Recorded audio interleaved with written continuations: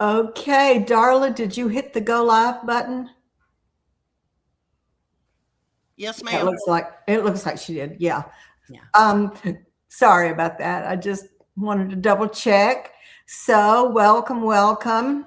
I'm Ellen Jimerson, And I'm Johnny Skinner, and this is Moving Parts, the podcast where we investigate why children become trans. And today we have an incredible guest. Beth Bourne is the chair for Moms for Liberty in Yolo County, California, and a powerful advocate for children not being medicalized and for the rights of their parents, and a fearsome opponent of those who ignore the rights of children and parents. But before we add her to the stage, we want to update you on what's been happening in the gender landscape lately. And I forgot to mention that we have Darla with us in the control booth. Yes, our precious Darla. We love you so much. Yeah, we love Darla. Okay, so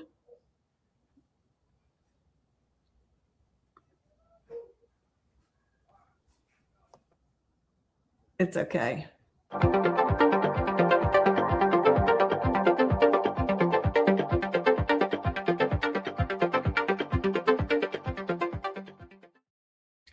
Okie dokie. In gender news, this is just from this week. The U.S. Supreme Court rejected another parental notification case. The U.S. Supreme Court has so far denied hearing formal arguments for cases that would have settled whether or how schools can support students' gender transitions. The justice's latest refusal to hear a case on the issue comes as more states are taking a stance, and even as some on the bench are pushing for the high court to formally weigh in. This one was filed by California's Rockland Unified School District.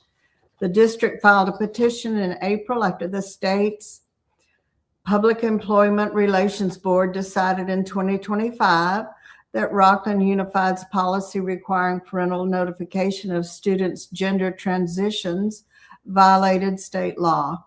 The district policy had required teachers to notify students' parents within 3 days of their transgender or nonconforming status. Second, new details of the Texas Children's Hospital court-ordered detransition clinic were announced.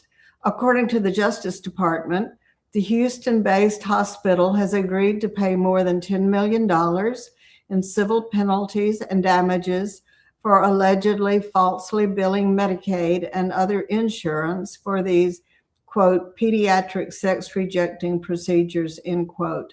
The federal government alleges the hospital violated the Federal Food, Drug, and Cosmetic Act, the False Claims Act, and federal fraud and conspiracy laws. All services at the new clinic will be funded by Texas Children's, the largest children's hospital system in the country, and will be provided free of charge for the first 5 years. Previously, all that was known about the settlement was that the hospital agreed to pay $10 million to the state and permanently revoke the medical privileges of 3 current doctors and 2 former ones. Third, the Cleveland Clinic Foundation, based in Cleveland, Ohio, followed suit in reaching an agreement with the Department of Justice to provide detransition care, not to perform sex-rejecting procedures on minors, and to pay a monetary penalty. 4, Texas A&M has asked dozens of minors, including gender studies. The programs removed include graduate certificates in public history, women's and gender studies, and teaching history, alongside undergraduate minors such as African American studies, Latin American and U.S. Latino studies, philosophy and communication studies. 5, Santa Fe, New Mexican, reported surgeries and pharmaceuticals are protected in New Mexico, but can be hard to access. Despite legal protections in New Mexico for gender-affirming care, many transgender residents say treatment can be difficult to come by in the state, especially with the federal administration cuts. Due to changes in insurance coverage and a shortage of providers, some people have turned to do-it-yourself treatments through an online gray market or even out-of-state travel to access surgery. 6, in Arizona, U.S. Representative Abe Hamadeh and Superintendent of Public Instruction Tom Horn endorsed the Stopping Indoctrination and Protecting Kids Act. It's now in the U.S. Senate and is a ban on teaching gender ideology in public schools. 7, the Senate Health, Education, Labor, and Pensions Committee held a hearing on pediatric gender medicine. The hearing was predictable and largely unremarkable, except for a very curious and potentially important omission, i.e., any reference from anyone to WPATH. Among those who testified was Chloe Cole. 8, from 2016 to 2023, over 1 in 250 natal girls were taking testosterone by age 17 in Oregon, according to Benjamin Ryan in his Substack article today. 9, and finally, a district court has ruled that Trump cannot move transgender women to men's prisons. The judge's order keeps 14 incarcerated women in their current placements after the court found evidence of serious safety risks. Okay, and now we go to what we're really here for, which is to talk with Beth Bourne. And I can tell you that in a past life, Beth was a research assistant at the University of California, Davis, focusing on farmland preservation. Her position ended in June 2025. Beth is a fearsome opponent, as Johnny said. She pretended to be non-binary to see if she could get enrolled in Kaiser Permanente's gender reassignment program, in which her daughter had become enmeshed, and found it surprisingly easy to do. Then she recently stripped to a bikini at a California school board meeting to press the issue of non-segregated locker rooms. And she testified on the harms of medical interventions on children before the FTC, the Federal Trade Commission. She is chair of Moms for Liberty, Yolo County, California. Okay, I've lost my place.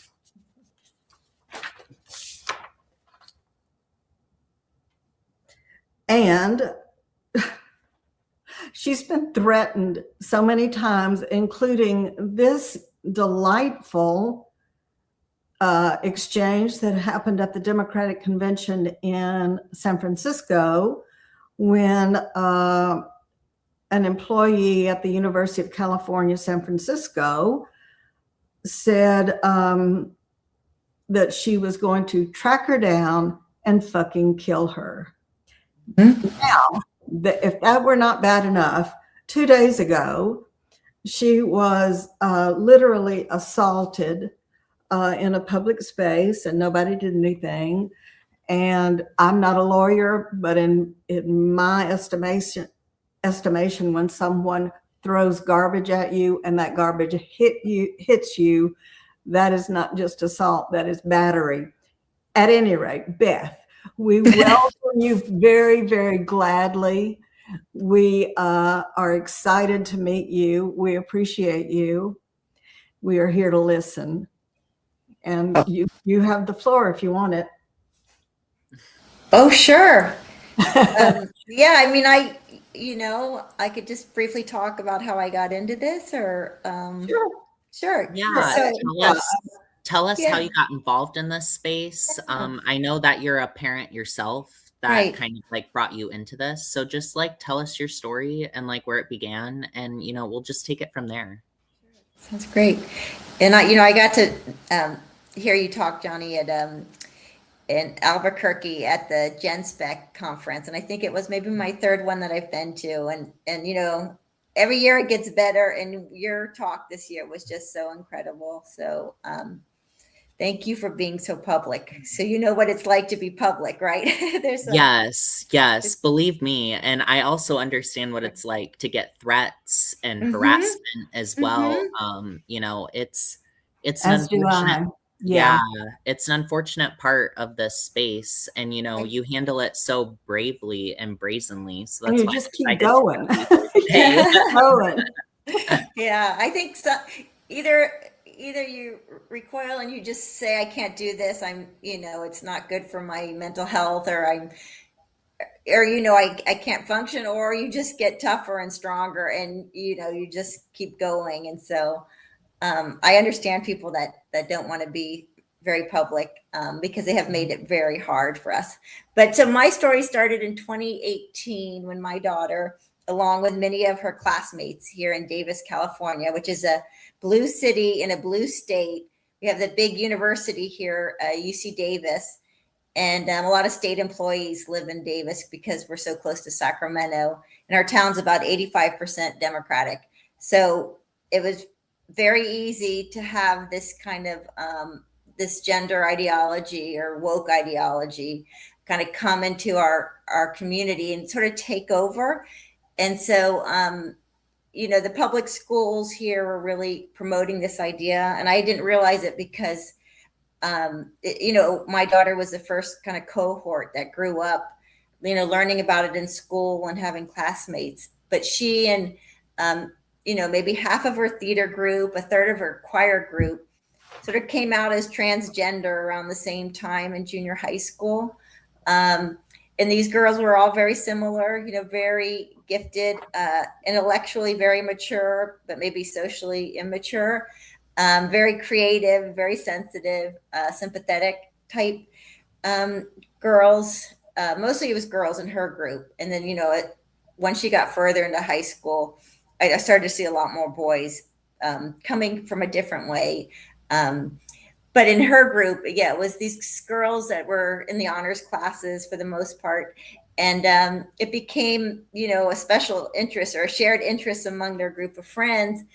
And when she came out as a trans boy, you know, she'd also suffered some, or a good friend suffered some trauma, sexual assault trauma. So, you know, that I think that impacts you when you're a young girl going through puberty, and then you're given this invitation or this enticing idea that you don't even have to become a woman, you can become a man instead, and that probably feels safer.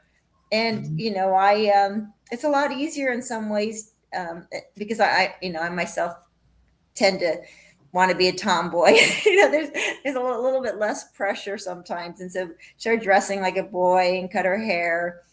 And then soon after, she started wearing a breast binder. But it was really Kaiser Permanente suggesting to her at the first appointment where they heard she was using this new name, and her father, my ex-husband, was using these pronouns, you know, he, him, that they offered her the chance to go to the Kaiser Permanente Gender Pride Clinic in Oakland. And this is the same clinic that Chloe Cole and Layla Jane, you know, they both had top surgery, I think at 13 and 15 years old. So it's real close to Davis, and they send all the kids there from Davis. And, you know, the pediatrician, this is the first day she heard my daughter use a new name. And we were just there for like a wellness visit. You know, she was feeling dizzy. But she said, you should go to this gender clinic. You know, it's a one-stop shop where you can meet with an endocrinologist and an OBGYN and a gender specialist. And, you know, they can really help you. You know, I'm positive she said a one-stop shop and these other things. But it was like, and they can help you, you know, become your authentic self, or, you know, support you in this journey. And I pushed back, and I did really ask. Well, I called this doctor the next day, and I said, you know, why did you suggest that to my daughter? We were there for something else. You know, why even suggest that it's okay to have her name changed in her medical records? I mean, she didn't ask me first. But, I called the endocrinologist and I heard from him. He said it's an emerging field, that they're going by WPATH standards in the endocrinologists or endocrine society. And I was like, wait a second, because he said there's no long-term studies. I'm like, my daughter would be the guinea pig, right? Like she would be the first group of girls going on puberty blockers and testosterone. And so I pushed back, and I was lucky. And I'm thankful my ex-husband and my daughter's psychiatrist agreed to nothing medical until she turned 18. And then she basically pretty much desisted from her trans identity, meaning she hadn't done anything medical. She started to realize that she enjoyed, long hair and makeup and dress. I mean, not that you need to do that to be a woman, but that, she just enjoyed the things that make it fun to be feminine. And I think, we've been estranged for 3 years, so I can't say for certain, what she's doing at this moment, but I believe she's doing really well in school and, has a healthy whole body. And so I just speak out so much because I've seen so many girls, her classmates growing up and boys, right here in our neighborhood who enjoyed ballet. They did a performance every year at the, the talent show. And everyone thought this young man would grow up to be a gay man. And then he came out as a trans girl. And there, multiple boys like that. And then the girls who were same-sex attracted in junior high school all came out as trans men. And so I have to speak out. I mean, it's hurting autistic kids, gay kids, kids that have been traumatized, kids that are just, they're maybe they're just lonely and they're looking for a fun group of kids. And they are like, in general, some of the funnest kids I've seen is in the LGBTQ kind of rainbow community here in Davis. But I want to protect them. Well, I hope she's doing well too, and I hope she finds her way back into your life and knowing that everything you said and did was because you love her. Mm-hmm. I'd like you to talk a little bit about your getting into the Kaiser Permanente plan. That I was reading a piece on you and that, and I was just floored. Isn't it crazy? Floored that. So you decided that you were going to use the same talking points that your daughter uses, mm-hmm. and then on top of that, to make sure that you were getting what you would actually get, were all the things you were saying absolutely true, you kept throwing out these red flags. Your mm-hmm. story would change. Your mm-hmm. history would change. Your wants and your desires would change. And none of that? No. So you talk about that because you'll do it better than I will. Yeah, so I realized, I was trying everything to get my liberal mom friends to understand that this is all insane. And, I wanted my daughter to understand, but, it's hard to convince a 14 or 15-year-old who has these wonderful friends who are, are trans boys. But I thought if I could convince the moms around me, I mean, these are women I've known for 15, 20 years. They've watched my daughter grow up. They saw she was just a girly girl, gymnastics, Girl Scouts. If they could understand how crazy this is, that maybe, I could make a difference in my daughter's life or my ex-husband's life or her teachers and her school counselors. Everybody could wake up if I do all this work. Yeah. And so, I started, I'm like, it's not that hard. I mean, these people are highly educated and, they're nice people. They'll understand when I explain it to them, right? Right. You're like, come on, critical thinking. Like, these are the same people that were fighting for, no GMO in our food, or they wanted organic, or they didn't want, pesticide spraying, or, I'm trying to all these different issues. Same-sex marriage. Yeah, exactly. Yeah, all these issues.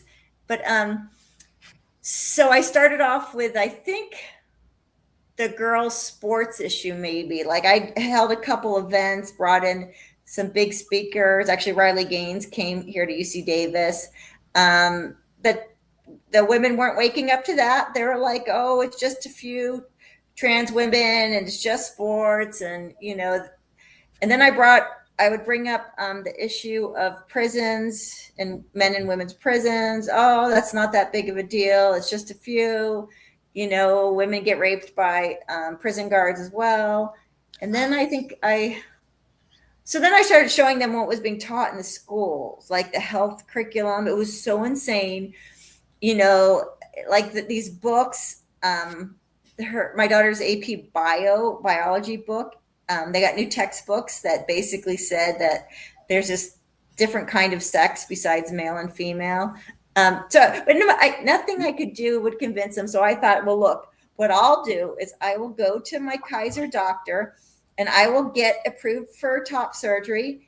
I'll get on testosterone and I'll, ask for a phalloplasty, and I'll show them just how easy it is to get all this medical treatment. And then once they see that I did it, then they'll understand that it's all fake and fraud. But that really wasn't the case. So, I think it's a great story. I think it was almost 8 or 9 months going through the appointments. But, I found out that I could get testosterone here at Kaiser Permanente from my, my family doctor in one appointment. It was an 8-minute appointment. This was the only one I had to actually do in person. It was an 8-minute appointment. And then she gave me my prescription. I told her, is there anything you can give me besides testosterone? Because I really want to have facial hair, but I'm worried about, the risk of liver cancer. And is there any other drugs that could give me that, I was telling her I want like a mustache and a goatee. I mean, it's like, I'm dressed like this.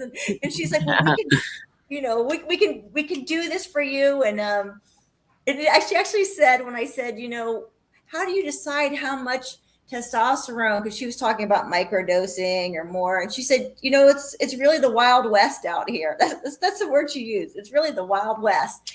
I was like, okay.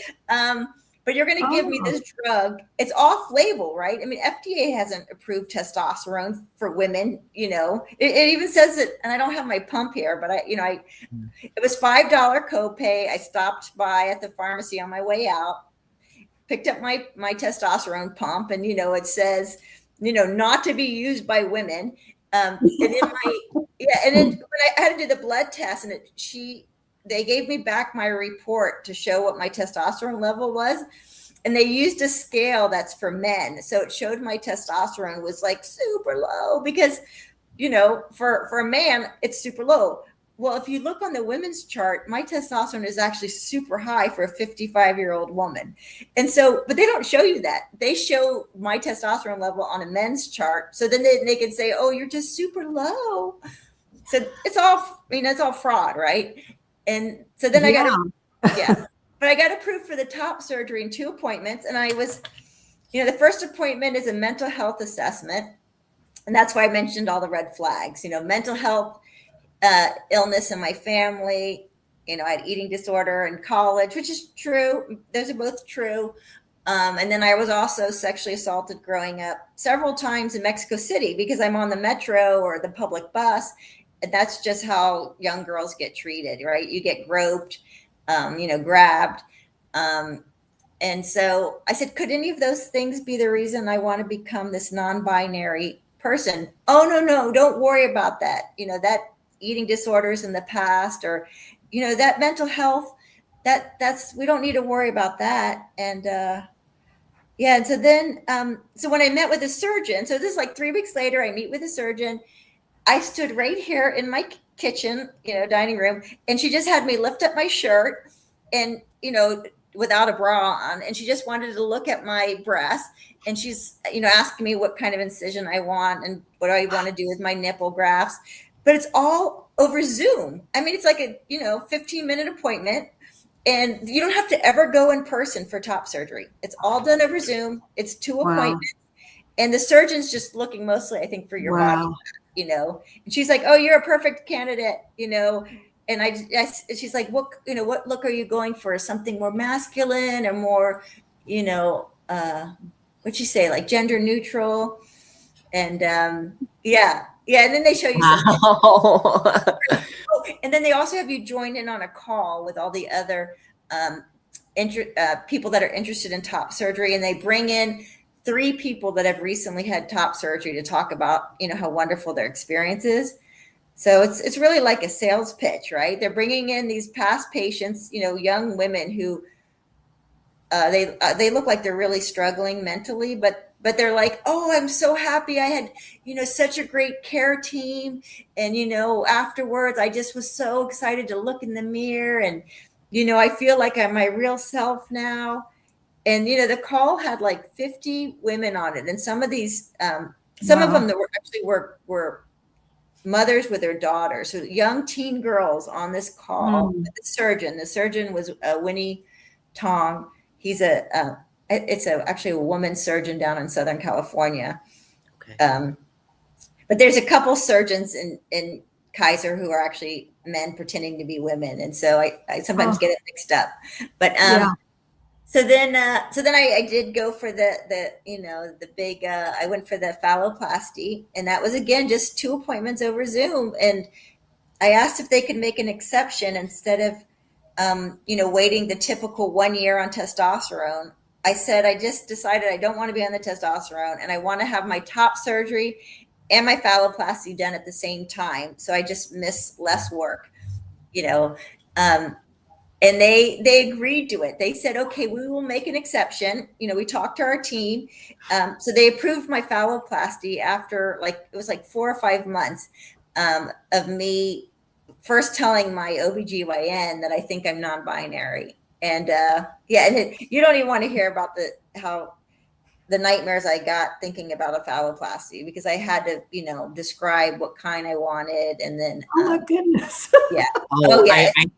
I think I might understand more than you might know. Cause as you're explaining this really reflects the process that I went through, even as an adult, changing doctors. They're always like, oh, so what traits do you want to develop? Oh, we could always try to customize to what you want. When they were testing my hormone levels, they would compare me to a prepubescent girl, a pediatric female. And it's oh my God. So that's why, just for all of our viewers, if you see my reactions, it's because this is really what's going on at the ground level. And I know so many people try to dismiss it and go, oh, that's just anti-trans. It's no, this is really what's happening out there. That's what's happening. Yeah. I think it's, you basically come in and you give the doctor your diagnosis of what, what you are, and then you give them what treatment you want. So it's all decided by the patient, and they just say, we believe in body autonomy, and we believe that, we should give you whatever you want. And we don't want to be gatekeepers. They would say that to me. We don't want to be gatekeepers. And I'm like, that's what doctors are supposed to be. You're supposed to be a gatekeeper. Exactly. Which is especially what they tell adults, because I remember when I came of age, in the trans identity still, and that's exactly what my new providers, and I will say they did help me out in some ways, but that is how they treated it. They're like, we don't want to be gatekeepers of your care. Whatever you want, we'll do. Yeah. And it's no, I'm looking for guidance, exactly. As distressed patients should be given, Right. No, one of the things that has struck me when they say we're all about bodily autonomy, and then you have your life threatened by someone who's in, and then when you had garbage thrown on you, this just set me off. And then says, you made me. The classic. Oh yeah, Darvo. The classic argument of every domestic abuser and ever. It's your fault. I did it because you made me. Yep. And maybe say real quickly, we got a great crowd in here. Sure. And one of the people who has dropped is Willie Bragg, who is a great favorite of mine. So, hey, Willie, thank you for dropping by. No, back to you, Beth. Sure. Yeah. So I think, maybe 2 years ago, if somebody had said to me, it's your fault. Your signs are mean, or you're speaking hate. I might have been embarrassed, and I might have been like, oh, maybe what I'm saying is hateful, or maybe I deserve to be treated this way because obviously I'm kind of confrontational, but then I've gained a lot more experience and knowledge about how free speech works and where you can use free speech and what is speech and what's assault, right? So my sign that says, no boys and girls sports, or sometimes I have a sign that says, why are so many girls having double mastectomies? That's not hate speech, or that's not, No. I'm not assaulting anyone. I'm just holding up a sign with my view. And I can say what I want with my words as long as I'm not inciting violence. And if I'm in a public setting like I was on my way into the library, and these trans activists were standing in front of the doorway, almost intimidating people coming in. And that's kind of why I pushed back. I'd just gotten there. And I thought, I could just walk in and not make any scene and just go set up my laptop and get ready for this event. But I'm like, no, they're trying to intimidate every woman or every person who walks into this event. So they feel like either they're going to be physically threatened or they're doing something wrong. And they even had the mayor come by. The mayor came by and gave this statement, to this like far left journalist about why he thought it was wrong that we were holding our talk. It was about, I think, the transgender assault on women. Why it was wrong that the speakers were there, and he alluded to the fact we were, connected with the Proud Boys and neo-Nazis. And it's like, what evidence do you have for any of that? So instead of arguing that, trying to make an argument about why, our event, the topic was wrong. They didn't even go into the event. They try to smear us and by just calling us names or saying we're associated with something. Yeah. So, but I think people are starting to realize there is no real good argument for why we do these things to children, or why there's men and women's spaces in sports. And so they're just going to keep coming after us, personally attacking us and trying to intimidate us. Well, it's funny how anybody who is not somebody that you relate to is suddenly a member of the Proud Boys. Exactly. Oh yeah. I mean, I'm waiting for someone to say I'm a member of the Proud Boys. I mean, I don't want to speak out of place, but this is, really very reminiscent of the Darbo tactics that these people resort to, because they know that there isn't any good argument for this stuff. And I know some of the people that follow me will be disappointed in this, but this is the truth, because, I've experienced this myself. The organization that supports me, GenSpect, is smeared as a conversion therapy organization. We're the furthest thing from it, and at the end of the day, these people, I feel like they know what they're doing, because I've seen, like, when I started following you, Beth, I supported everything that you were doing. And even when I was in the trans identity, there was never any reason to use a woman's space, be in women's sports. That was all completely uncomfortable. That was not the point of doing any of this. I feel like what these people are fighting for, and please, anyone feel free to comment on what I'm saying, feel free to interject, but I feel like what these people are fighting for and how they respond to opposition really tells you their whole intention right there. The intention is to erode women's rights. The intention is to almost like convert, like, as you said, gay kids, non-conforming kids, tomboys, abused kids. They're not trying to look at the finer details as to why people start feeling this distress towards their bodies.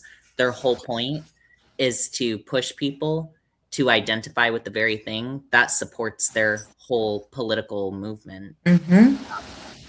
What do you think about that, Ellen? What do I think? I don't know about people's intentions. I do know that there would be some people who, there are clearly people who are benefiting by this. And this is the Kaiser Permanentes, the doctors, the pharmaceuticals. But as far as people like the people I know, I think there are a lot of families who have who have dysfunction of one kind or another going on, and they have kids that are lesbian or gay, and the idea is put into their heads that they're not lesbian, they're not gay, they're trans. And I don't think there's an intention there on the people I know. I don't think they're homophobic, but I think the culture can be, and there can be a sort of, a fear, as you know, Johnny, and all the guests that we've had on this show so far have been lesbian, and a gay boy, you. And then I think Beth is the first one besides me who are just, as far as I know, I don't know Beth well enough to say this, but are straight. But more power to you if you're not. Right. No. But I'm laughing because I my whole thing of being able to identify as this non-binary person, I always, it's almost like now you can be anything you want to be, right? So. Well, it was so huge. I'm sorry. Yeah, I just to wrap up about people's intentions. One of my great problems with people is not their intentions, but is that they are willfully ignorant. And when somebody like me, who officiated the first same-sex wedding in Alabama and wrote a book called Rainbow in the Word, LGBTQ Christians' Biblical Memoirs, if I say, I think we need to look at this, if I say, we actually need to look at what the Skermeti decision was, my problem is that people won't open up their laptop and read the Skermeti decision, or read the Don't Say Gay, which doesn't exist, bill, or we'll look at somebody like you who has been so obviously, and why a journalist would say to you anything about your I don't get it. I don't think you can be willfully ignorant like that. Or like the Southern Poverty Law Center. Yeah. They know what they're doing. Now their intentions, they know what they're doing. Anyway. Oh yeah. But yes, I mean, and I want to hear your thoughts, Beth, as well, on what you feel like these people's intent, because as I was watching that video of you getting assaulted in the street for having a very reasonable outlook on this stuff. I know that some people will be like, oh, but the approach, but I'm sorry. Somebody has to do it. You right. know what I mean? It's okay. I mean, the thing is, even if I said something really that you can never resort to physically being violent towards somebody, no matter what their speech is. You just can't. That's just not how our speech works in America. So, yeah, so I was just going to mention, when I first started speaking out, it was at my son's back to school night. I was in his chemistry class, and there was a big Progress Pride flag. And I was so still just reeling from what had happened to my daughter that I asked, I said, it was back to school night. I said to the whole classroom and to the teacher, why is this flag in my son's chemistry class? There's no reason for this political flag in this classroom. Well, they escorted me out of the classroom. There are already, 3 administrators who were my private escorts because they didn't trust me. They took me out of the front of the school, and then they served me with a restraining order. And I was just saying, I don't want this flag in the classroom. And, they were upset that I'd also been putting things on Libs of TikTok on social media. And I was just sharing exactly what's in the curriculum, or exactly, what the flags look like in the school, or the painting of the crosswalks, all the trans stuff. And I was sharing it. And every time I would share it, there'd be bomb threats. So there were all these bomb threats at the school. And Southern Poverty Law Center put me on their hate watch list. So this is in 2023. You personally? Oh yeah, me personally. Oh yeah, Beth Bourne, Moms for Liberty is, she is an extremist, right wing, Christian nationalist, all these things. And here I was, a super liberal woman, right? I was like so far from all of these things that they were describing me. I'd only voted for Democrats up until 2021. And so, but they needed to discredit me completely in this town. So anytime I would say anything, they'd be like, well, she's on the SPLC's hate watch list, right? Oh, slam dunk right there. Yeah, exactly. And the FBI, the Homeland Security, and the Davis Police, of course, never could track the bomb threats to me, and now that Southern Poverty Law Center has been, they're finding that they were giving money to these white supremacist groups, right, to try to create this division and racism. I wouldn't be surprised if they were also responsible for these false flags, these bomb threats. Because they had to try to silence me. Right? Yeah. Yeah. And my friend, she was a school board member. She's kind of spoke out, and she asked me to help her with her statement on a Pride resolution. And she just spoke about the social contagion of girls coming out as trans. Well, they spent, I don't know what it was, like $40,000 to have her recalled from her school board position. And Aaron Reed, the person who, he does that, he's a trans identified man. I think it's Aaron in the morning. He does this Aaron in the morning. Yeah, he was talking about how this is an example for everyone in the nation to follow, for any school board member who ever speaks, any kind of transphobic statement. This is how you get rid of them.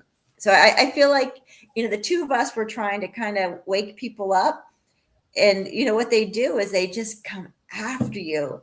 Yeah. So there was a petition right about that time with 1,100 signatures in Davis of people saying that Davis is for everyone and Beth Bourne is only speaking, hate. So, they basically had people, I don't know what is a word. It's like when you sign something that says, you're going to follow along with a pledge of allegiance to this group of everyone supporting trans. Yeah, Aaron in the morning. Thank you for putting that in there, Darla. So yeah, all my neighbors put up pride flags in their front yard. I'm not all of them, but there's definitely this a feeling of canceling me for speaking out. But that's okay. Once you're canceled, you only can be canceled once, and so. I had more time. I wasn't getting invited to anything, and parties you didn't want to go to anyway. Exactly. But it hurts. It does. It hurts. And I do want to clarify something. I'm not sure why I decided to bring up my book. It does say LGBTQ Christians, and my thinking on trans has changed since. I was curious about that. Yeah. I stand by the book, and I stand by what people had to say about it. But my thinking as to, trans, I just thought it was another type of gay or lesbian. Right. I think a lot of people think, and I hadn't thought about it. So I changed my opinion. Mm-hmm. And y'all can change yours too. Yeah. Well, I think it's when people started saying children can consent. Right. And they know who they are. Yes. And I'm like, and I've told this story before, my grandson when he was about 5 or 4, meowed to everything you asked. Meow, meow, meow, meow. And I'm like, I don't think he really thought he was a cat. I think he was just kind of trying that out. He was curious about why cats meow, and people say words. But children don't know that they cannot. I mean, that just subverts the entire idea of both childhood and the meaning of consent. That is just so that's what I think that's what sent me on my sort of deep dive into this. But yeah, speaking about people's motivations, when somebody comes up to you and throws garbage on you, well, that's not just somebody who is dealing with problems in their family and all of that.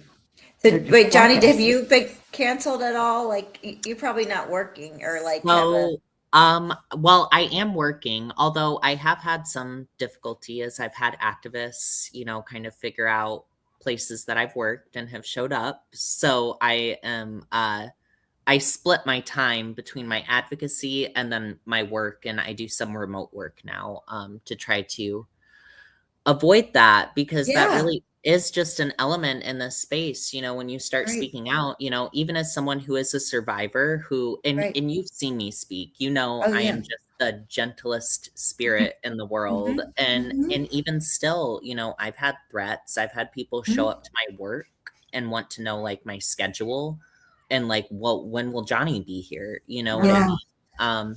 And it can be very, very scary. That's,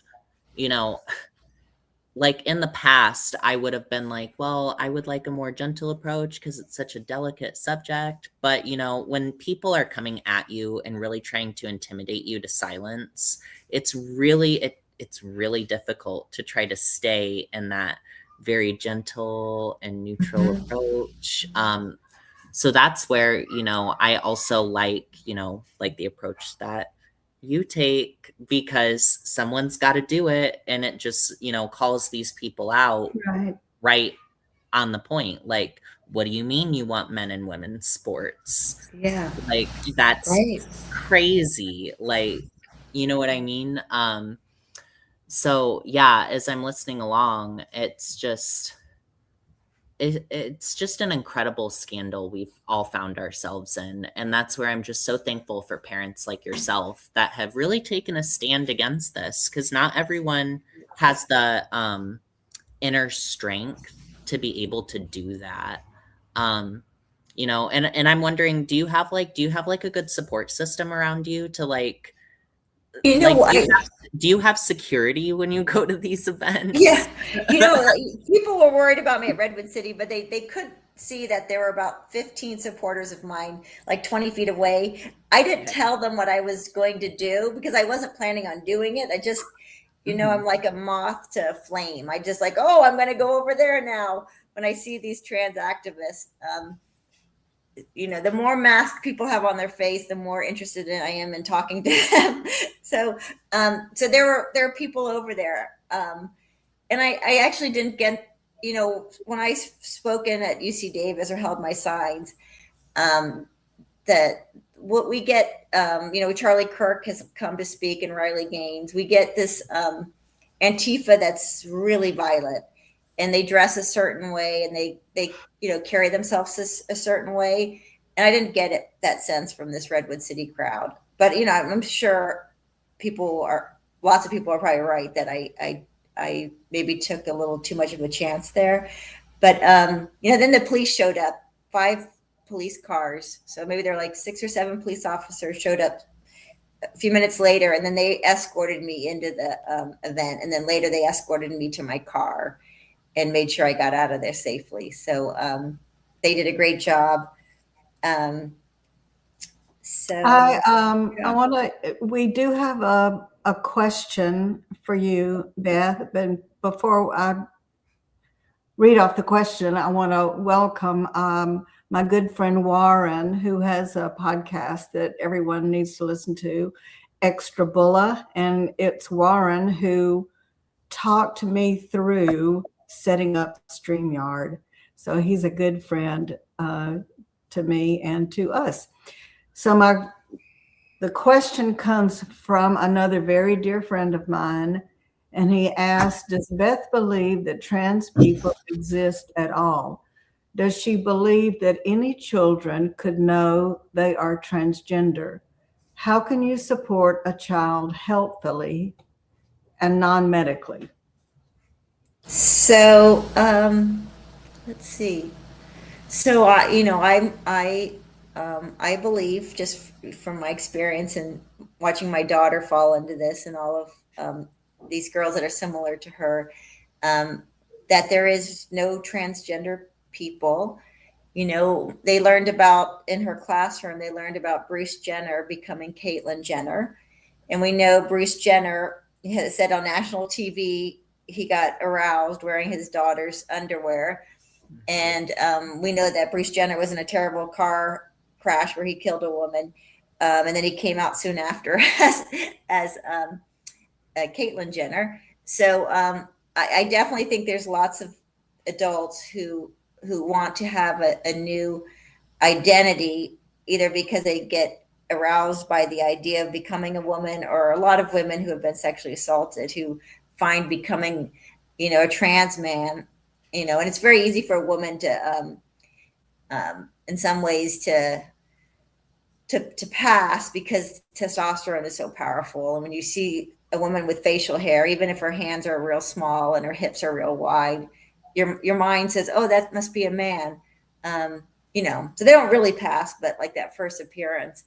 So yeah, there's people that have wanted to either cross dress or, call themselves, what I think the other word was transsexual we used to use.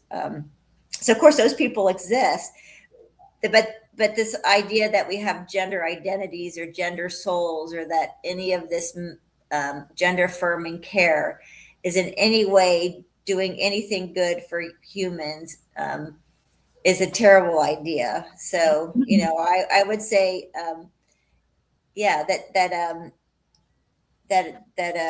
if we ever wanted to allow this, I know I'm working with the Federal Trade Commission on my medical records. So I know they see this all as consumer fraud and medical malpractice.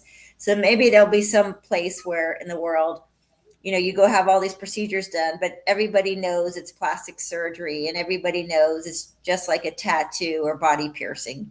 It's just a way to, it's like self-harm. If you want to self-harm and get tattoos, or you're into cutting, or you're into body piercing, okay, this is another form of that, right? Having a double mastectomy is just extreme cutting and self-harm. So we won't have it in hospitals or in, places that medical care is being given, because it's not medical care. So, but yeah, for a child, I would really discourage any parents allowing their child to socially transition in any way, because it's really dangerous. Once a child thinks that they can, take on, and I'm not saying that, like, I would encourage, if your son likes wearing nail polish because he likes wearing nail polish, show him lots of men that enjoy looking feminine, and that, so I grew up during the time of David Bowie and Boy George and Prince. And so, we'd see these like super hot men dressing in very feminine ways. And it was like fun. And we'd have the kids in drama would dress that way, but nobody was thinking that Prince was a woman because he liked high heels. And I don't remember how he used to wear his hair, but that idea that you don't have to have these stereotypes of what, I don't own a dress. I mean, maybe I have 2 dresses in my closet that I've bought in 30 years. I don't own skirts. I like to wear shorts and pants, but it's well, I always enjoy seeing what nail polish Johnny has on. Yes, exactly. Today. And I keep hoping we can get a sponsorship, maybe from L'Oreal or hey, maybe we'll see in the future. Yeah. But I mean, and I would agree with that, Beth, because, growing up for me, especially coming out of the trans identity, because of course I grew up in the age like way after David Bowie. I was born in 2002. Um, but when I was, coming into adulthood and really starting to question what was done to me as a child, because for me, it was like I was an effeminate child and I was told I needed to do this to be normal.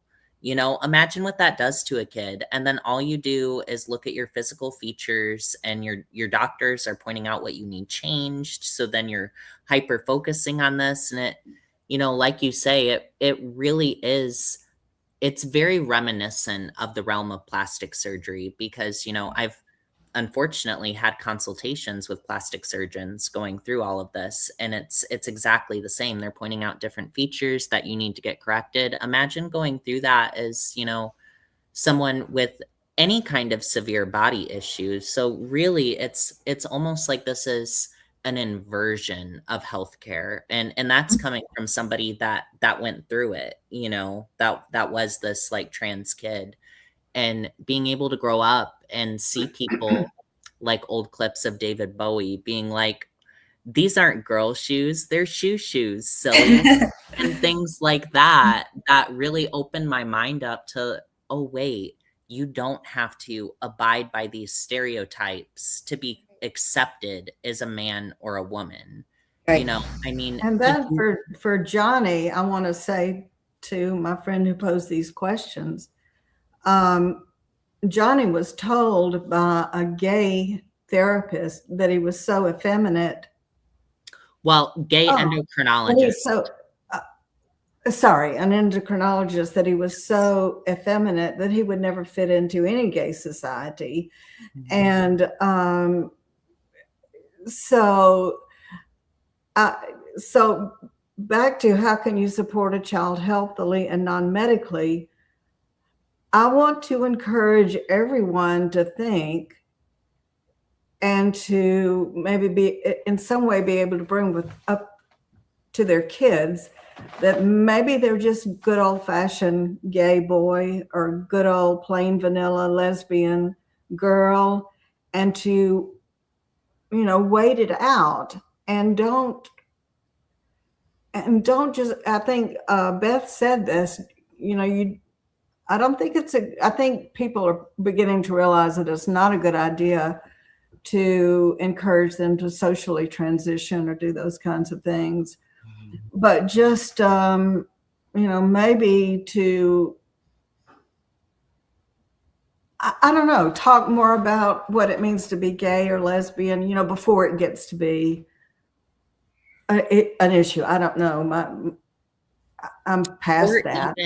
Or even just gender nonconforming, because just gender nonconforming. I'm pretty sure that Prince and David Bowie were both, and I might be incorrect, but I know that David Bowie was bisexual, and I'm pretty sure that Prince dated women. So like, even if you're just like gender nonconforming, like, fashion is fashion. If you have an interest in that, right, embrace it. Like, let's bring back androgyny. You don't have to be gay to be androgynous. And that's really, where I'm just shocked at how this whole movement that pushes for this kind of medicalization, they use black and white thinking and, quite frankly, Darvo tactics when people Tell don't. me what Darvo is. You've said that twice now, and I said it. I saw it with one of Beth's defenders. Darvo is deny, attack, and reverse victim and offender. Okay. It's the classic tactics that abusers use, where they'll deny the abuse and then they'll attack the character of the victim, and then they'll the man with the garbage. Yes, that was actually, and I think I posted this under your post, Beth. This is a perfect. That was a perfect. I think I saw that of Darvo, where he denied that the harm happened, then he attacked Beth's character, and then he reversed victim and offender by saying that she was in fact attacking them somehow with her words, and somehow he was trying to use that to justify the physical assault on her. So that's a perfect example of how abusers narcissistic abusers will use Darvo to try to justify their abuse. So that's what Darvo is, for anyone that doesn't know. Yeah, I didn't, but yeah, I If know anyone it's follows my Twitter, you'll see I use that acronym all the time. Like this. deny, accuse, Deny, yep, What? deny, attack, and reverse victim and offender. Yeah, deny, attack. Yeah. Well, I do think a lot of that it is going on. Another thing that I think is happening, and I've mentioned this, I may have mentioned it to Beth when we were talking, but I think another thing that happened is that with Obergefell v. Hodges, and the recognition of same-sex marriage throughout marriage throughout the states, the reason for being of some of the organizations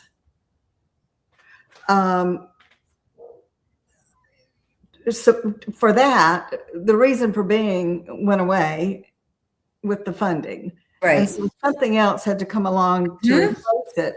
I also think that another thing that has happened is that a trap was set for people who think of themselves as being left of center or liberal, or that a trap was set to discredit them, and they walked right in.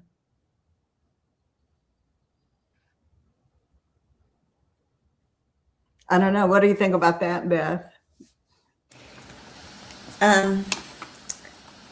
Yes. Yeah, definitely the whole, all these organizations that were formed behind the idea of making sure we can get same-sex marriage, the HRC,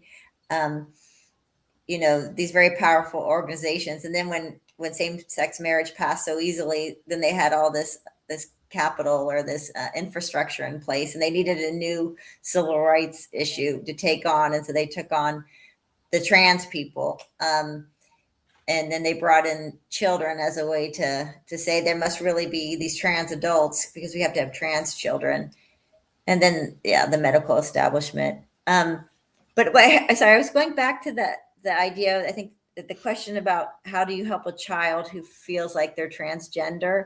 So, and we're going to have this huge number of kids who are going to think they're transgender because now it's been in the schools, going back 10 years now. And, it's in the library books and in the, a lot of the shows on Netflix or, it's just a part of all this YouTube culture.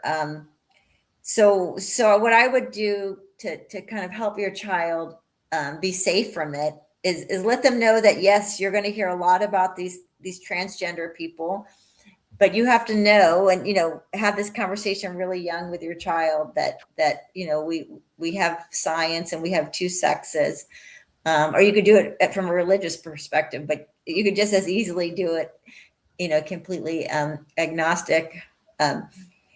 Is just say that, you're either male or female, and then really explain to your child how wonderful it is to be a female because you can make babies, and how wonderful it is to be male because you're the stronger sex that can, provide and gather and hunt and, do all these things. And, so you're really playing up how different we are. And, we have all these other qualities that make us, that match our sex. I wish I had talked to my daughter about the fact that I had amniocentesis done when she was, in my womb. So I knew she was XX chromosome. So I knew she was going to be a girl. So, just that reminder all the time of that we have these two sexes. And then there's so many ways you can keep reminding kids, get them involved in Future Farmers of America or 4-H, get them into, I don't know, raising chickens and hens and bees and, all these animal life where you can just see there's male and female, right? It's part of our life. And then the other thing is maybe let kids know from a young age that we have these times in history, either with the Boy Scouts or with the Roman Catholic Church, where we've had these terrible situations where adults come in and they prey on young kids, and they're put in a place of authority. So everyone thinks, oh, it's a priest. Oh, it's a Boy Scout leader. They must be safe, and I'm going to let my child alone with them. Because right now they're learning in public school that it's the teacher and the school counselor and your, principal or your coach, that these are the trusted adults, and that maybe your parents aren't safe. If they don't affirm your transgender identity, then find another adult. And you should let your child know from a very young age that we've been lying to children forever. And you can bring up, how it's happened in churches or how it's happened in other organizations and how it's happening in our schools now, just so they and let them know, never, ever, ever let an adult tell you that you can keep a secret with them. You can't keep secrets with anybody. I've even heard dads say, or moms say, even your father can't ask you to keep a secret, or make it clear that we don't keep secrets in our family with anybody, with a grandparent or an uncle. And then I think the last thing I would say is talk to your child about some of the medical scandals that have happened in the past. I mean, maybe an older child, but, remind them that at one time we were told cigarettes were really healthy, or that mothers shouldn't breastfeed their child because formula is so healthy, or you could talk about the opioid crisis or lobotomies, but, let them know that we don't have to trust big pharma and we don't have to trust medicine. We just don't, and so hopefully all these ideas will come into their mind. So when they're in their classroom and the teacher says, I'm going to ask you to tell me in private, what is your, are you transgender? Because teachers do that, right? They ask the kids to say on the, first day of school, tell me if you have a different name and pronouns, and if your parents know, or, if you don't want them to know. So your child will come home and say, Mom, you won't believe what I learned at school today. Or Dad, they asked me if I was transgender, and they asked if I wanted to keep it a secret. And so your child will be able to recognize these things, how dangerous they are. So that's what I was thinking. So I just want to get that out there. Yeah, no, thank you. Thank you so much. My friend says, and of course I knew this because I know him very well. He says, I am gay. The lack of support made me horribly depressed. Do you acknowledge the risk of that for someone who says they are transgender? So it sounds like you, as a gay person, you didn't have a lot of support or like a community, or you weren't getting validation from people close to you. That's a part of, it's just a human experience, whether I think it's being gay or anything. And we all want that. So, what can you do? People are like, well, you have to have the gender sexuality alliance clubs because you have to have a place where the gay kids can find community. Well, that's not really true, because you could have all kinds of activities. Like you could have, a group that does theater and musicals, or you have a group that does, there's activities, and I don't want to stereotype activities that gay people do. Like, oh, if you have a softball team that's open to all the girls, then girls that are lesbians are going to have a place to be. I just think you can find community in lots of different ways, so that kids don't feel lonely. Just trying to think. Yeah, I'm uncomfortable having sexuality be a part of like what the common interest is and why the teacher is going to be talking to the kids about this, because I feel like it's kind of a private part of people's lives, no matter what your sexuality is. So, we have a drag club here at our school in Davis, and there's boys dancing in drag on the campus quad. And to me, it looks like they're being kind of sexualized or groomed for the adults. And I wouldn't like that if there were girls dancing that way, you know, on the quad at lunch with teachers encouraging it. So yeah, maybe Johnny, you probably have better advice. Like, Well, and I will say, you know, one of the things that my friend Grant has in common with Johnny too is that they came out of. I mean, I actually talked more with Johnny than with Grant about this, but they had that very conservative religious background, and also Grant, like me, is in Alabama, which is so there is a lot of lack of support for gay and lesbians, and that's one of the issues that I'm trying to address, is that there's a lack of support for gay and lesbian kids. It comes from the church, it comes from their families, it comes from a lot of different places, but that is not the same thing as a child thinking they're transgender. yes. There's something else going on here. The risk that for someone, I think if you ask yourself, is a girl who gets a mastectomy at 13 more or less likely to be horribly, horribly depressed when she's 23, as Johnny is, and wants to have a baby and breastfeed and those kinds of things, or have, you know, a sexual relationship involving the breasts and the nipples, or a guy like Johnny is going to be more or less depressed or down or disturbed because estrogen has so mutilated his body that there's no going back. Mhm. I think that's a better way to frame it.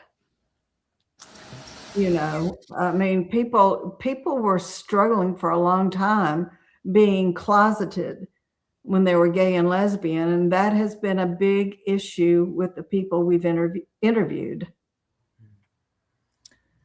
Yeah, absolutely. And I would love to respond to that if I may as well, because Yeah. you know, growing up gay, like I totally understand like the shame and the lack of support growing up. But there is a fundamental difference between like being gay, which tends to center around like physical bodily responses and like things that are very that don't things that don't require any kind of societal conditioning versus as opposed to like feeling a sense of discontent with your body, because ultimately that's what gender dysphoria boils down to. It's sort of like this umbrella term for all of these different feelings of discontent with your body. And in the sense of like earlier with the question about like kids in this regard, you know, I grew up as a trans kid. I went through my whole adolescence like that. And as a kid, you don't have the life experience yet to be able to understand yourself and what you might want in the future. Like, because that is a question that they ask you in the gender therapist's office is like, well, do you want to be an old woman or an old man? How do you see yourself in 60 years? And at 13, I couldn't even envision myself at 20, much less at, you know, 60 years down the line. Because you just don't have that lived experience yet. And I would like, you know, our listeners, especially those, you know, who are gay themselves, like imagine, you know, you went through your childhood, because homophobia really hasn't died even in the West, you know, because I come from Michigan, which is, you know, objectively like a very liberal, a very blue state. And I still grew up with extensive homophobia. And you know, it's still very alive in the States. And imagine going through that upbringing and having all that shame around who you are, and then somebody comes along a doctor or a therapist who's in your community or not in your community, but they have your flag in their office and they say, oh, we see you're distressed. It's because your body is wrong. Your whole body is wrong, but it's okay because we're going to make it better for you. And making it better for you involves changing your entire body before you've even had the chance to try to live and accept yourself as a gay person first. And that's really, fundamentally what a lot of this boils down to, because that's really what started, between that and, of course, the erosion of women's rights is what really started this whole trans debate to begin with. It was when people were pushing for these people to be in women's spaces, and when they were pushing for younger and younger ages to medicalize that. So it's really not as simple as just, someone who says that they're transgender, because there's so many different circumstances in life that might draw somebody into arriving at that conclusion. Does that make sense, you guys? Well, I mean, does Grant want to chime in? Whether that makes sense. And I did want to clarify, you said you lived as trans, and that's because you were put on estrogen when you were 13. 13. Is that right? I was 13. in the 7th grade. Yeah. Yeah. So, and it has permanent. And it is permanent. And that is what's happening on the ground level. That's, as harsh as some people think it might be to start bringing up these subjects, that really is what they're doing to kids. That was 2016 when I was medicalized, and it took just a few months. Like, I told my mom in February that I think I might be trans. By May, I had my first appointment with the therapist. I had my first appointment with the endocrinologist in July. Yeah. I started testosterone blockers, and by August, I was on estrogen. And by January 2017, puberty blockers.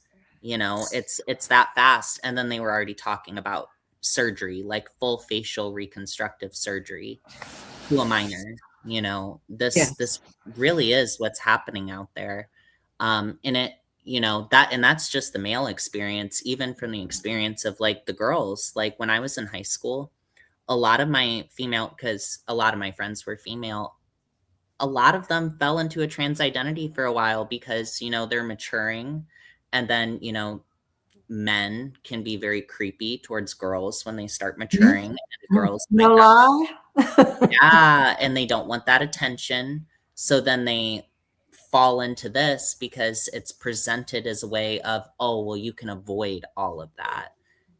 That's really what's so insidious about this medical scandal. And I feel like a lot of the people that are proponents of it, that support this kind of medicalization, they don't really take into account experiences like mine or like my friends, that actually lived through this, as minors. They almost paint it as like, well, you get months and months of therapy, and this is, who you are essentially at your core. But that's not the case for most people. You know what I mean? That's where I find like a lot of the hatred that's thrown at you, Beth, I tend to find a little bit of a disagreement with, because, even though my gentle spirit takes a different approach to this stuff, just because I have a different personality, I still find that what you do is still so necessary, because people just don't seem to grasp just how pervasive and how damaging this medical scandal really has been on the ground level. You know what I mean? Right.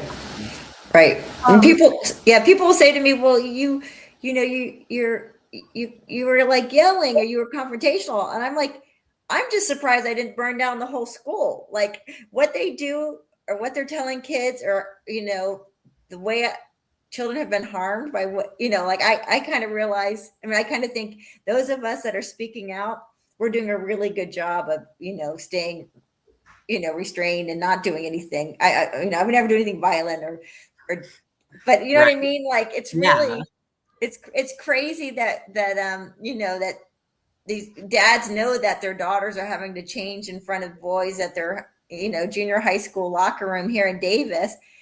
And they're not standing there, outside of the door saying, no, I'm not going to let this happen, because they've been told that, we have to be nice, or we have to just, kind of stay quiet. And I just think people should be more bold.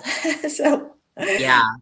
Well, and I agree with that as a survivor, because even when I was growing up, and I'm gonna drop a little bit of nuance that I want like our listeners to think about. When I was growing up and I was trans identified in high school, my school, I always used the nurse's restroom growing up, right? Because I was very visibly gay, so I'd be bullied in the men's restroom, and I also had a little bit of germophobia, so I hated being it's filthy.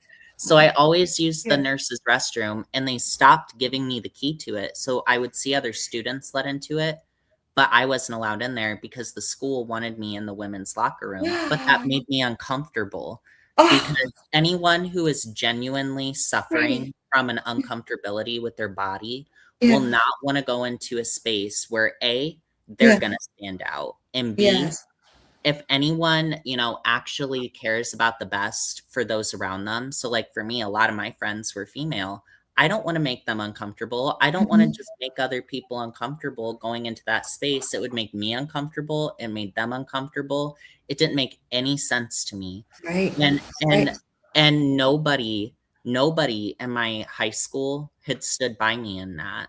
So I would have killed, even as a trans identified kid, I would have killed to have had an advocate, quite frankly, like yourself, that would have been there, that would have been brave enough to say, hey, this is crazy. Like, let that kid be. You know what I mean? And ultimately, and of course, my perception is going to be colored by my experience. But, I think about that a lot as I see, a lot of these younger, trans identified kids being pushed this route. I'm like, well, they're being told that they have to do this. And ultimately, I mean, I just think back to when I was in that position, and it would have done me such a good service to have had somebody who was willing to stand up to that, to make these people listen to me and be like, you know what? This is actually crazy. We'll just let this person into the nurse's restroom, ultimately, if we have to have another space, the third space is already available and it's one stall. So like, what is all of the fight about? You know what I mean? So ultimately, that's where I'm hate to say this, but I promised Beth that we would only keep her talking for an hour, and we've gone past that. So unless Beth has some last word of wisdom to say, then I'm just going to thank you so much. Do you have a last word of wisdom? I think I said everything I wanted to get out there just a minute ago. But I love this format, and I love hearing from Johnny. I think this is a great idea. Just get people talking about it from different perspectives. So I'm excited to hear who you guys have on next. This is really great. Thank you so much. Well, thank you. Thank you very much for what you're doing and for your concern for kids and your bravery and all of that. We would welcome having you back anytime you feel like you might want to make a reappearance. Okay. And, as I say, the latchkey will be out for you anytime. So we're going to remove you from the stage. Okay. You are welcome to hang around backstage, and we're welcome to enter into the chat. Sounds great. If you want to. Okay. All right. Well, thank you, Beth. Bye-bye. Thank you, Beth. It was good talking to you. You too.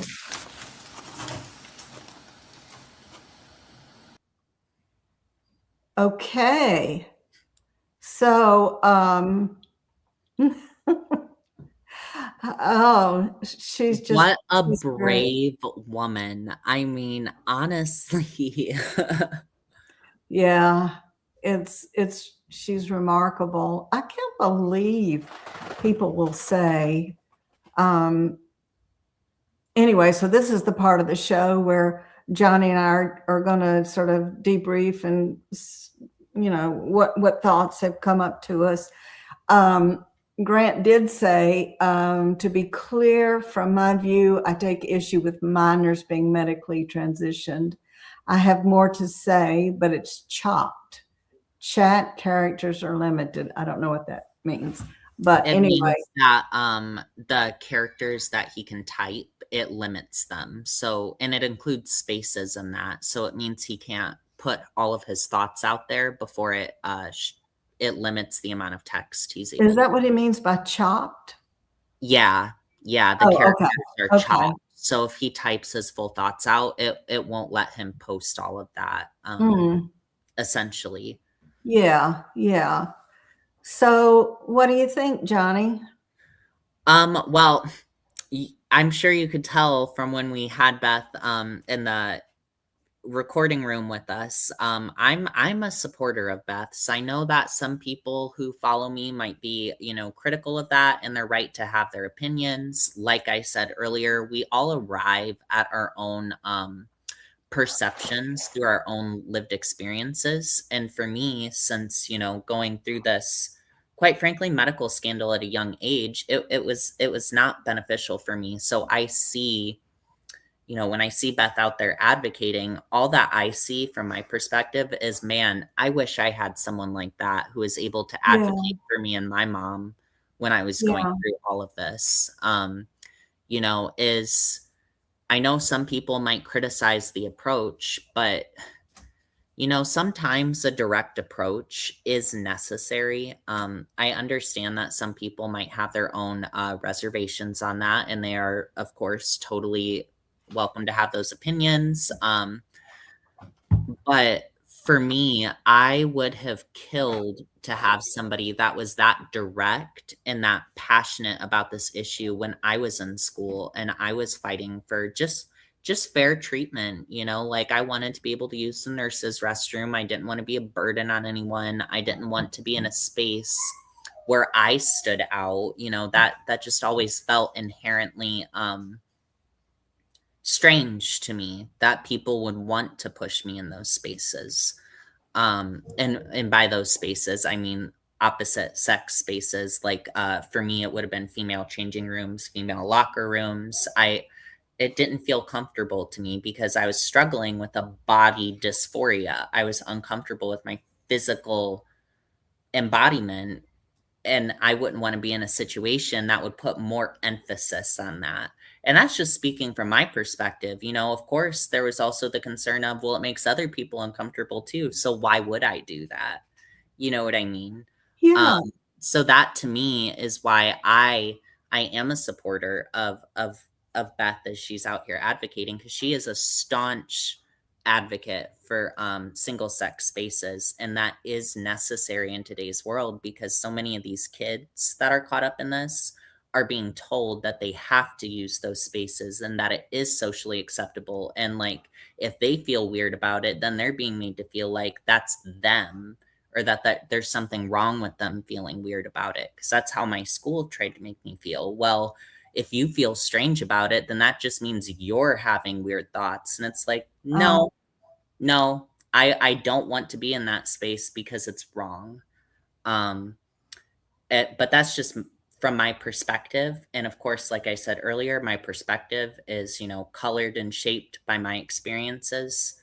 But I thought this was a very, very powerful conversation.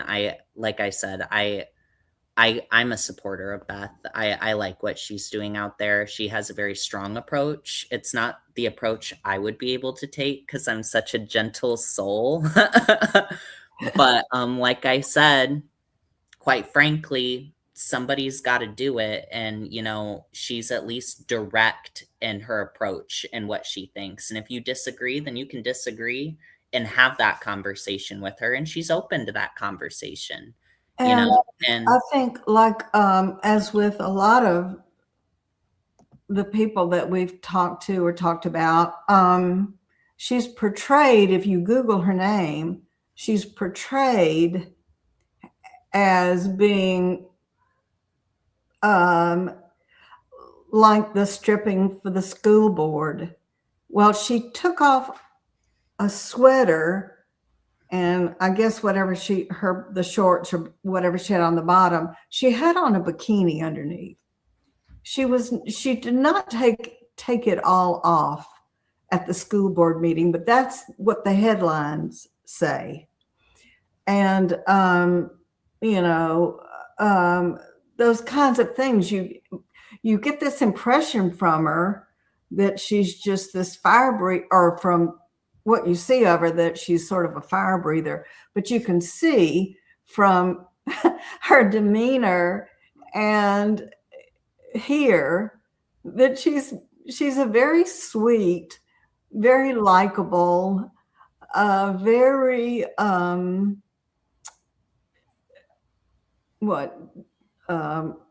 has a moderate. Yeah.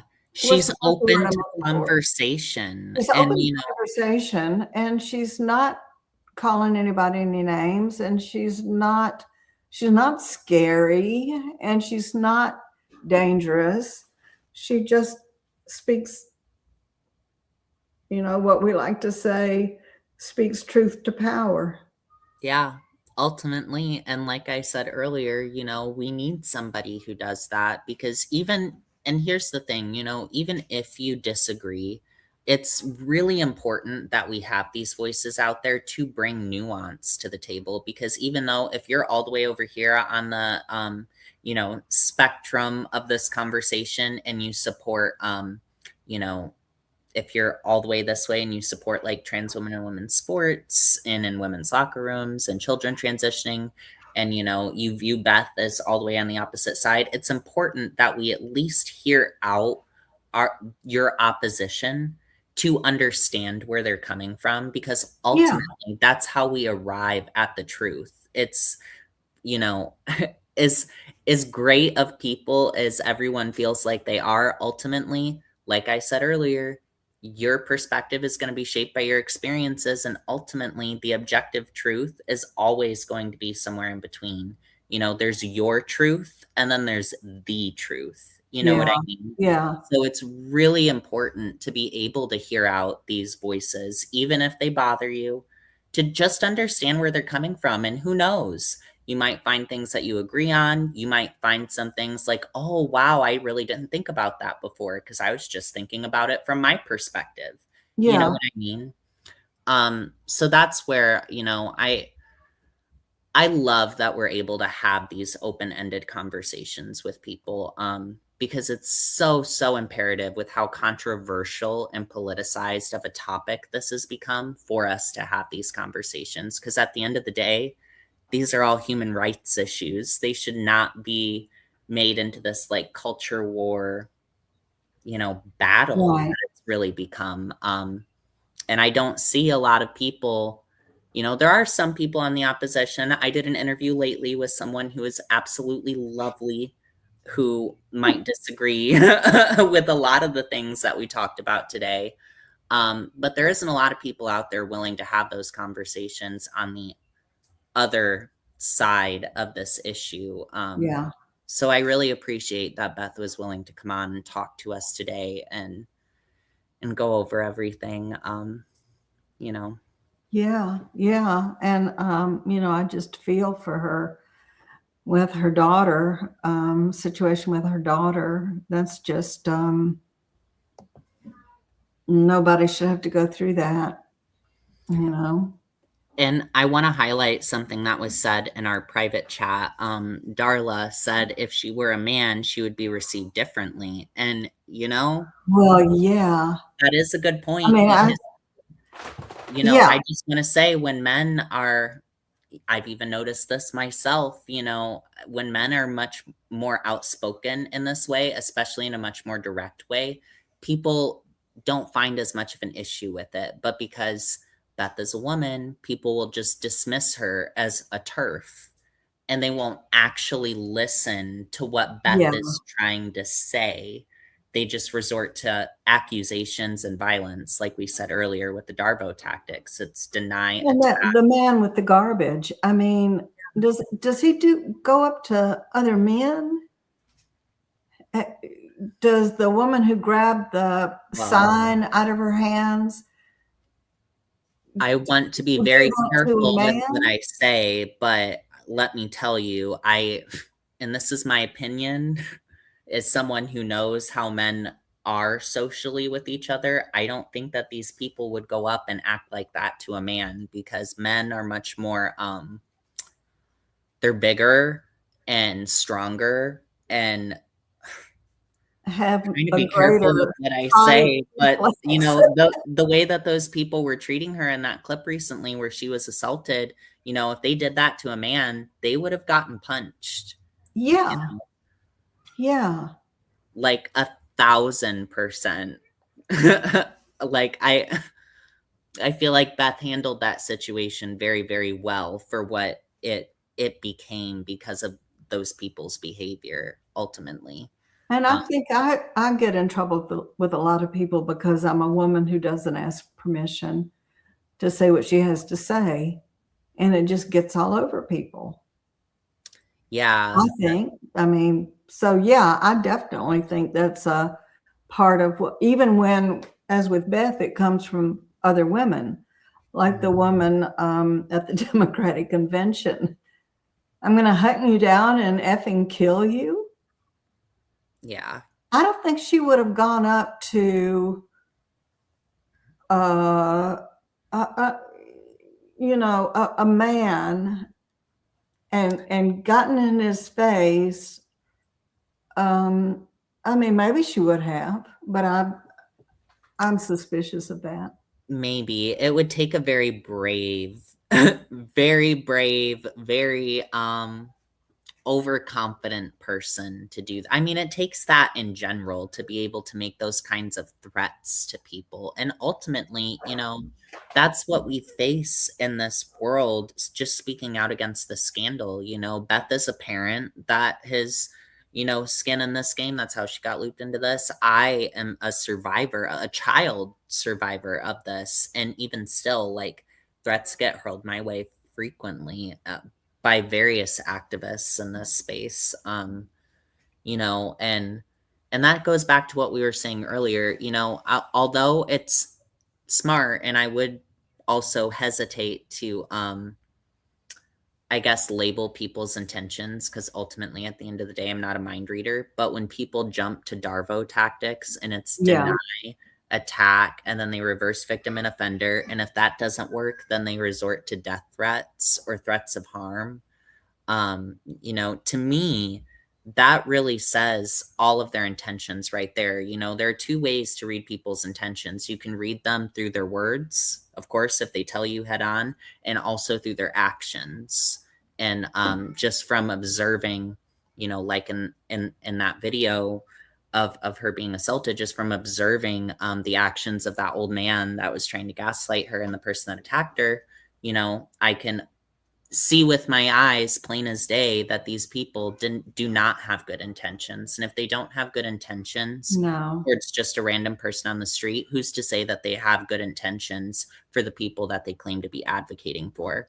Because I'm that person that these kinds of people claim to be advocating for. And when I talk about my experience, in this space and what it's actually like behind closed doors in these doctors' offices as a trans kid, then these kinds of people, these kinds of activists, they don't want to hear my experience. They just call me a liar. They deny, attack, reverse victim, and offender. It's the same game always. You're making it up or whatever. Yeah. Yeah. So that's where I just think I think it's so incredible that we have some people out here that are so passionate and so brave to go out there and to be as outspoken as Beth is. Yeah.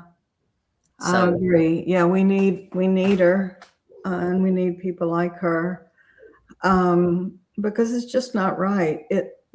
What's happening to children is just not right. What's happening to their parents is just not right. And then this whole thing of pushing yourself into women's spaces.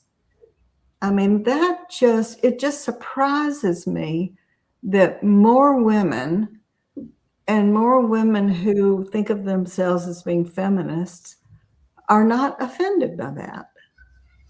Yeah, that has How can we work so hard to set aside women's sports and set aside women's changing rooms and even women's restrooms?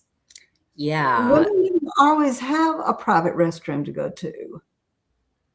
Well, this is something that has always confused me over the years. And like I said earlier, even when I was trans identified, like in high school, it didn't make any sense to me why people's solution to me being bullied in the male restroom, or even just not liking it, because quite frankly, men's restrooms are not always, but they tend to be filthy, especially if they're public.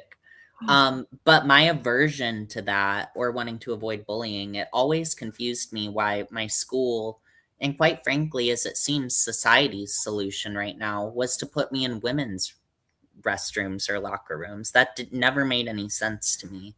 It didn't feel like it was actually solving the problem. It was just taking a problem and making it so much worse by making it more complicated. Punitive. Yeah. Well, and I've heard the point thrown out there by, activists saying, well, it'll help, trans girls, for example, because that's my experience, not be assaulted in the male locker room. And it's like, well, that's not the case, because all you're doing, at least speaking from like the perspective of like my high school, for example, because I went to high school in a somewhat liberal, area. I'd moved away from my small conservative town by that point, by the grace of my mother, thankfully. Thank you, Mom.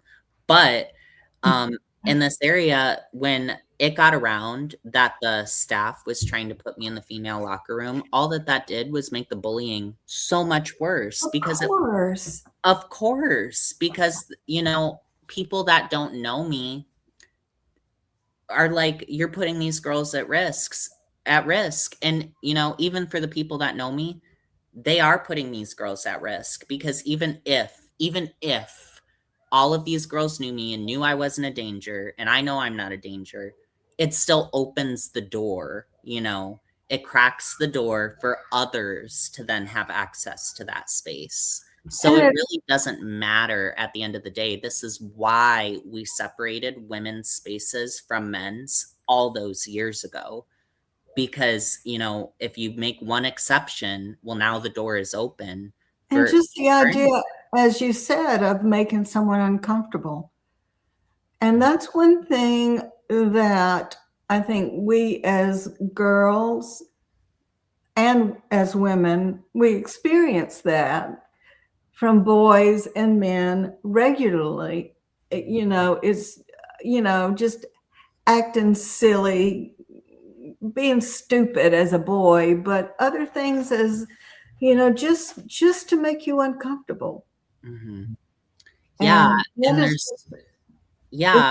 And there's no real way to gauge who's getting into these spaces, because right now it's in many of these states, and I believe California is one of them. I know in Michigan is, where it's self-ID laws. So anyone, and I know that some activists will say, oh, that never happens, but it does, because I've seen these cases and it does happen. Of course it does. Yeah. Now the door is open.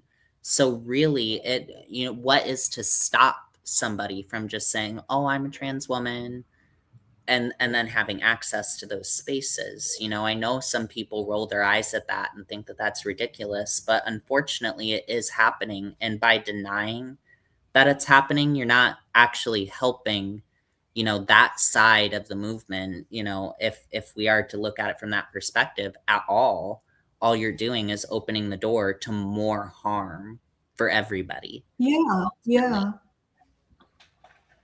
Well, we were going to give ourselves 20 minutes to debrief, and I think we've done that. I don't want people to, just totally give out, but we've had such a good crowd all night. And I wish more people would tell us, who they are, and, say hello. And so we know, who's tuned in and so forth. But I guess this is it. Do you agree, Johnny, or do you have something else you want to say? I do agree. I feel like I've gotten all my thoughts out there. You know, if anyone has any comments, questions, you know, this will be posted on YouTube. I think we usually post it the next day. Am I correct there? Do we have a time? It takes a few hours for it to process.